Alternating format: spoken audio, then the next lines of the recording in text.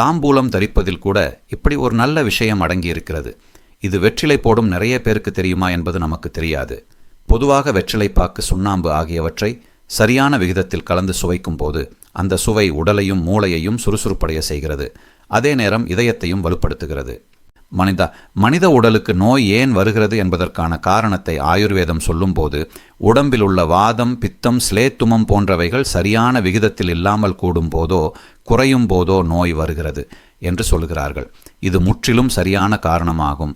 இந்த 3 சத்துக்களும் சரியான கோணத்தில் உடம்பில் அமைந்து விட்டால் நோய் வராது என்பதை விட நோயை எதிர்த்து நிற்கும் ஆற்றல் உடம்பிற்கு வருகிறது.